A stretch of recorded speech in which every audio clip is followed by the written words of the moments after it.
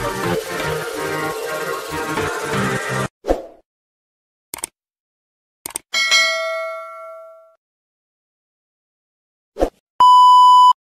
Rosita Ibrahim, upah pekerja orang asli, bersihkan tempat tinggal anjing dan cuci najis setiap pagi.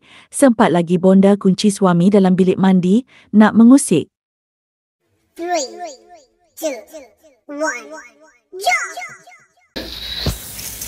Dia nak keluar, saya kurung. You duduk kat situ dan diam. Sabar ke tak sabar? Ha. You duduk kat dalam bilik mandi, tak payah keluar. Sampainya hatimu mengurung diriku. Ini upah untuk orang degil. Kurung dia. Ini adalah pekerja saya yang jaga. Saya punya anjing, orang asli. Dia akan bersihkan semua najis anjing. Ni pagi dikeluarkan. Nampak tak bosan tu serigala. Ni kalau gigit orang tak lepas ni. Memang dilatih untuk perompak. Dan dia hanya kenal untuk yang dekat rumah ni saja.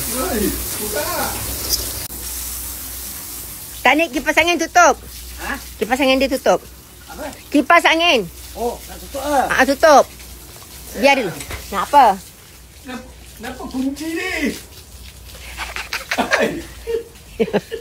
Duduk kat situ. Minta ampun dulu. Cepat. Lebih buka cepat. Kunci orang pula.